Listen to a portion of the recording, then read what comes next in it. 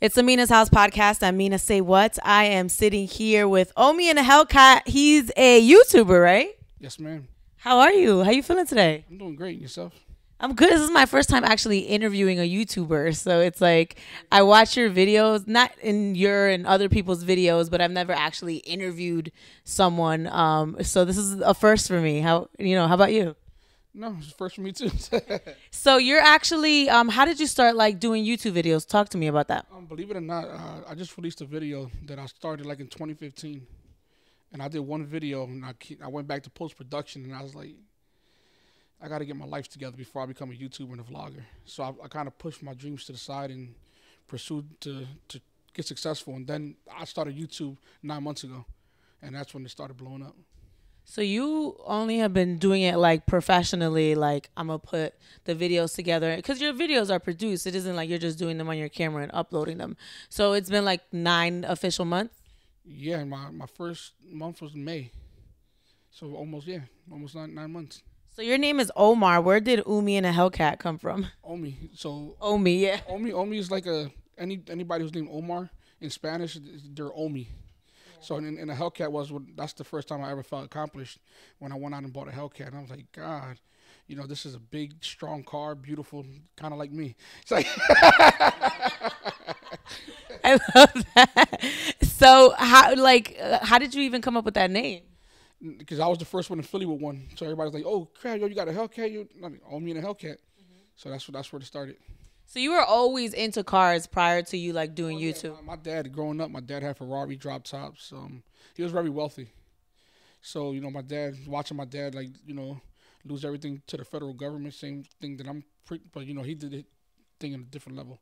But, yeah, I've been in the car since I was little. My dad had 20, 30 cars, too. So I grew up the same way that he did, basically. So where are you from? What's your background? I'm from Southern Philly, Indiana, North Philly.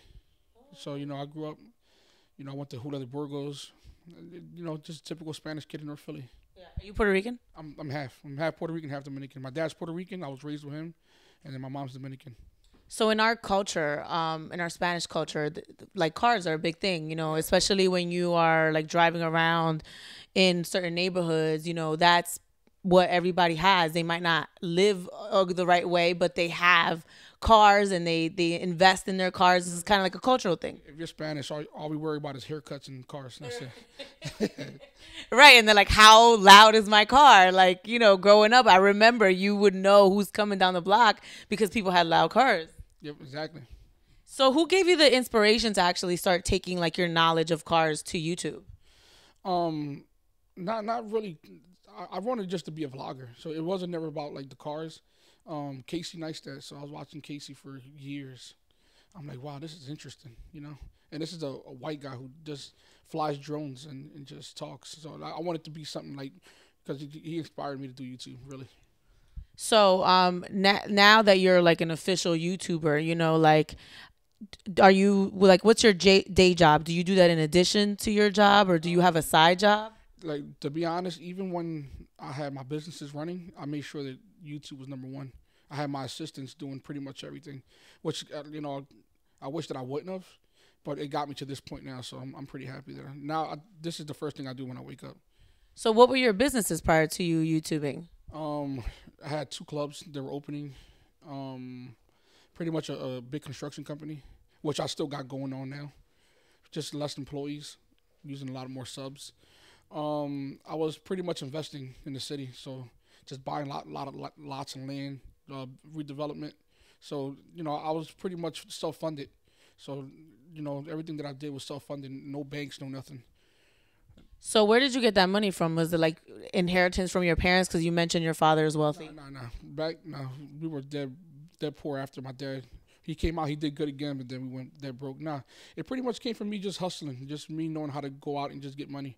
And, after 2010, I got tired of being in the streets, and I'm like, I got to figure something else out. So I started selling DVDs and just little things, just bartering, buying things from Craigslist, selling it for more. I've always loved the numbers game. So it's always been about just going out, buying something for less and then selling it for more and then moving up on the scale. That's kind of what a lot of people do with cars. They buy really crappy cars, they build into them, they build them up, and they sell. I like new cars. I don't like that old stuff. I was about to be like, can I give you my car? Can you pimp my ride? Nah. I don't like old cars. Did you watch that growing up? Was that? Yeah, nah, but you know what? Now watching going back, that the whole thing was fabricated.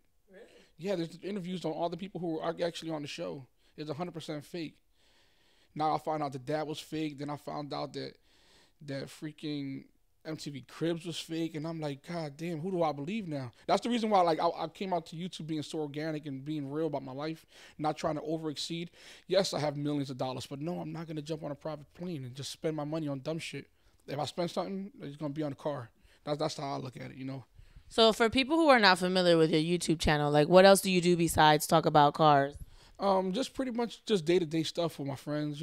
Like I got so close to like my camera guys. They're like my little brothers now, and just pretty much just try to give people motivation. To want to do more and better.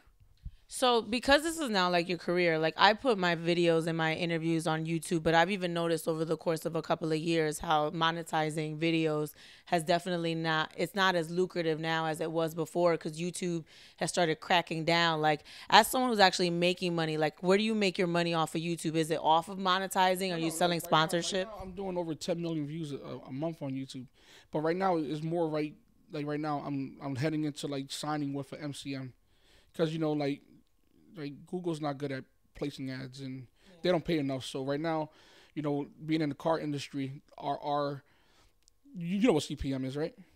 Or well, a CPM is what you get paid per 1,000 views. A car community is like number one. We get the highest CPM in YouTube. So Wait, so it goes according to what what category? if you're doing pranks and stuff, your CPM could be 2 or 3 because YouTube doesn't favor that. So right now I'm hitting that. That's the reason why like YouTube started recommending me. I'm doing 30-minute videos, 4K, and they're like, holy shit. So I'm really making money off YouTube.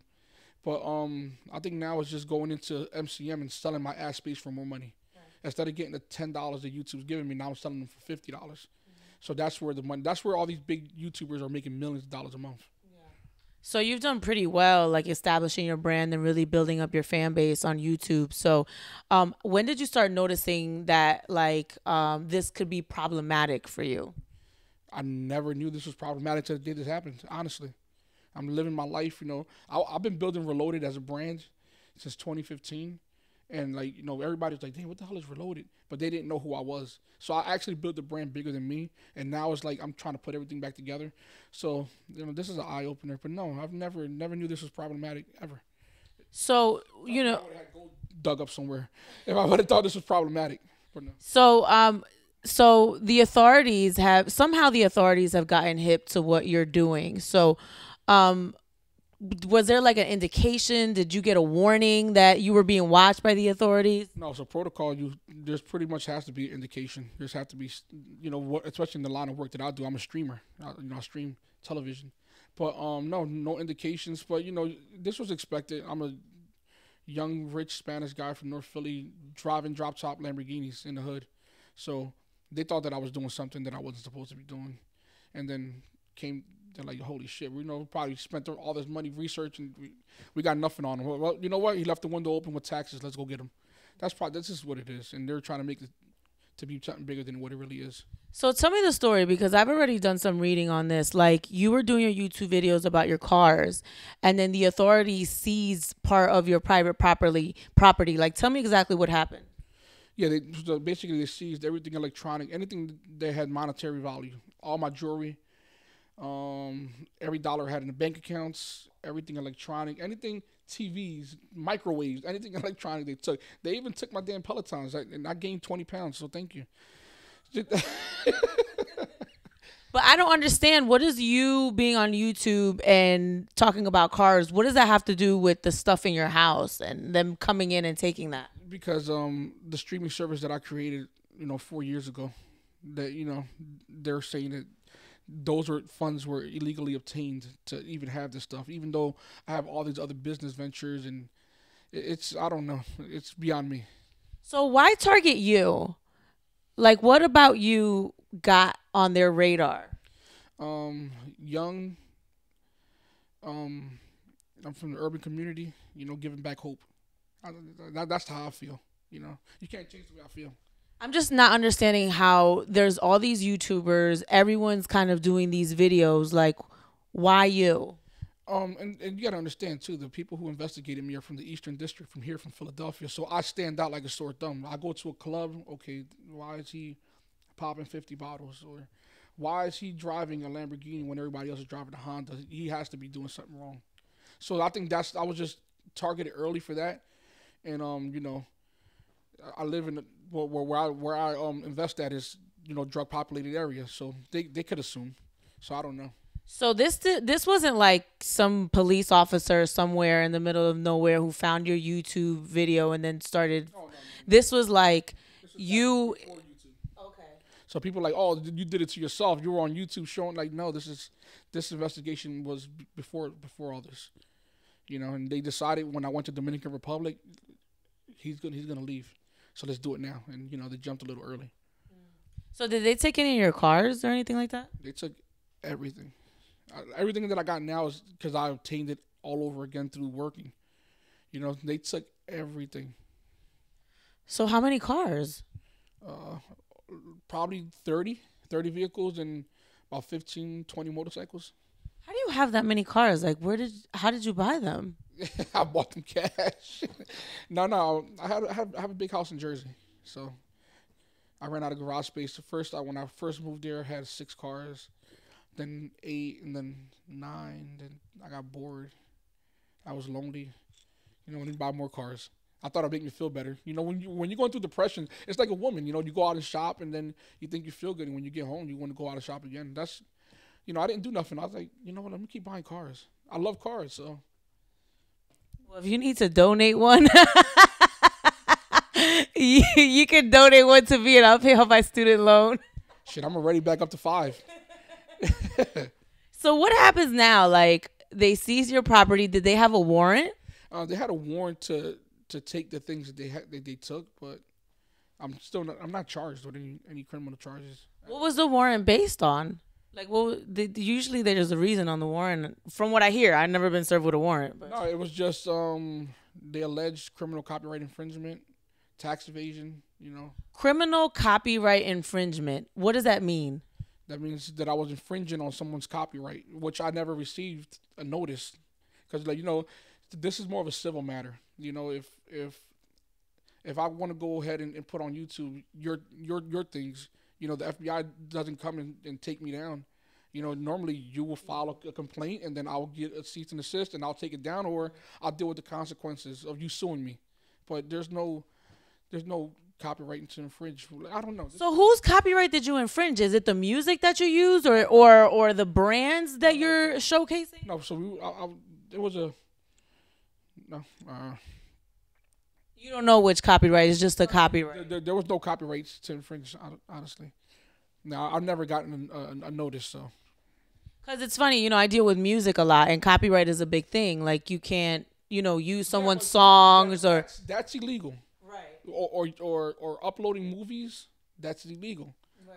I was in the streaming world, so it's totally different. There was, there's no laws against what I was doing. So what are they saying, that do you use music in your videos? No. This was a streaming service.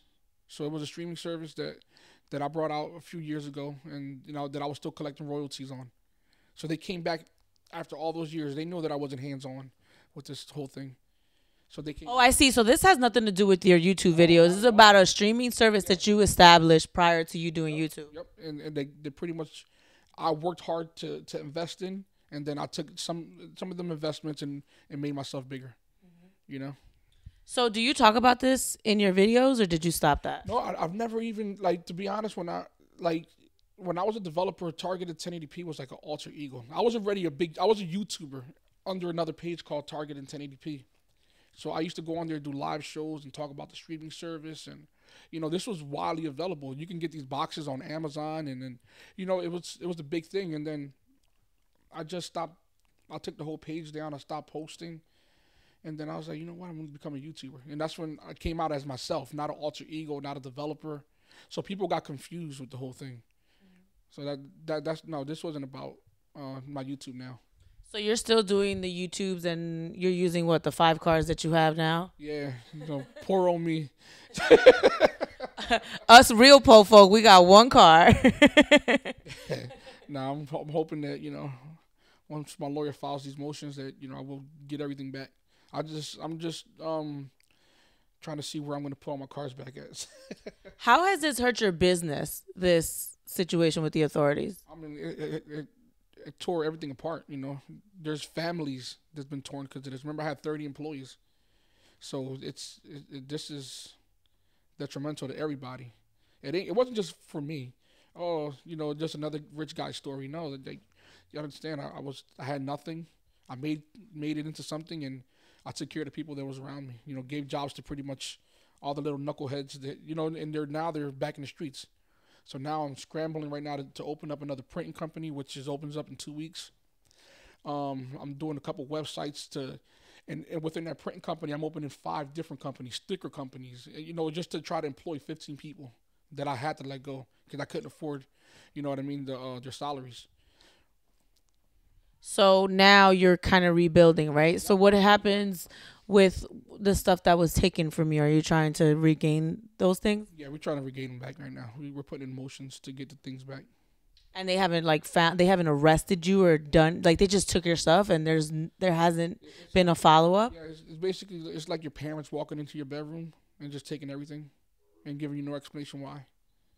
That's crazy. So you didn't get any kind of notice or you're violating this or like I'll tell you this. 2 weeks before this happened, I went to a tax attorney because we were getting ready. I'm like, you know what? We got to fix these taxes. I have this CPA who's doing a terrible job, and they were in my emails. So I feel like they seen that I was getting ready to pay my taxes. They seen the emails me with my CPA back and forth. You didn't file this right, and which I have 100% proof of. I went to this amazing tax attorney in New Jersey. He writes to IRS. He tells them, "Hey, is my guy in any trouble, any legal trouble? Do we have time to pay his taxes?" They clearly said yes, and I told them I'm going on vacation. I went to Dominican Republic. I put out a video. Hey, I'm buying a penthouse, and they saw it. And when they came, they told me just about that. Like, we thought we lost you. We thought we lost you. It was like that's the reason why they came so fast. But they thought you were gonna flee. Yeah. But I'm Dominican. My mom is Dominican. I have legal rights to be in that country. Yeah. But no, dude, I barely leave my damn couch. Where the hell my fat ass is going? So now, you just kind of have to fight this in court. I don't. How do you play this out? I mean, you have to pretty much wait till they're done their investigation, which is unfair. They can just pretty much, hey, we're gonna take all your things. Hey, you got 30 days to, respond to this, or we have the right to keep all your things to put it at auction. So there's there's nothing fair about this whole process, about the federal court system process. So why they investigate you? Say they find nothing criminal is happening, then they return all your stuff.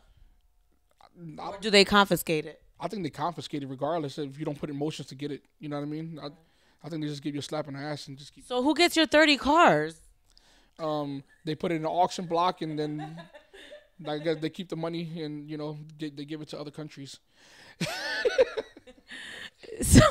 So what happens now? Like how do you move forward? What's the game plan? I've always been good at every time I fall, it's just moving forward. But it took people to really motivate. Like I'm normally the one giving out motivation, and I'm sitting here. My attorney's the one giving me motivation. Man, get your ass back up. Do this. I'm like, holy shit. People really do care, and I do impact a lot of people, and it just, me going through depression, which it's one of the worst things. It doesn't matter how much money you have. Happiness and money doesn't equate on the same level. People think there's people that are poor that are super happy, and there's people that are rich like me that's like super depressed. I didn't even know how I was gonna pay my attorneys. You have no idea what I went through, like being super rich and then going poor in the matter of 5 hours. I'm like, what the hell do I do? I had to scramble, and thank God that I'm building a solid foundation under me right now. That I'm doing pretty much good right now. So I wasn't gonna roll over to them and just have them do whatever they wanted to do. Like this is what happens to everybody. They fall into the federal court system. These dudes are rich, they lose everything, and they have no means of fighting back. So they just take all the time they want to give them, or sometimes they're just prosecuted unjustly. So what did you learn from this? Like, what do you wish you would have done different? I wish I wouldn't have kept so many fake people around me, like so many yes men. I wish that I had that I would have listened to the people that were older. I wish I would have got some, you know, getting money and coming from the hood, you don't know half of these things. You don't know you have to pay taxes. You don't know that, you know, I'm C corp, so I'm 22%, but it did me knowing that did me no good because I didn't go file on time. You know what I mean? It's just staying on top of your things. Just being more business minded and having an attorney that can help you with the legalities, and then a CPA that can help you with your tax Yeah, stuff. just thinking you know more than anybody is a terrible thing. And that's what I thought. I thought I was like, I got this by myself. I know it, and that's not the way it goes. You know.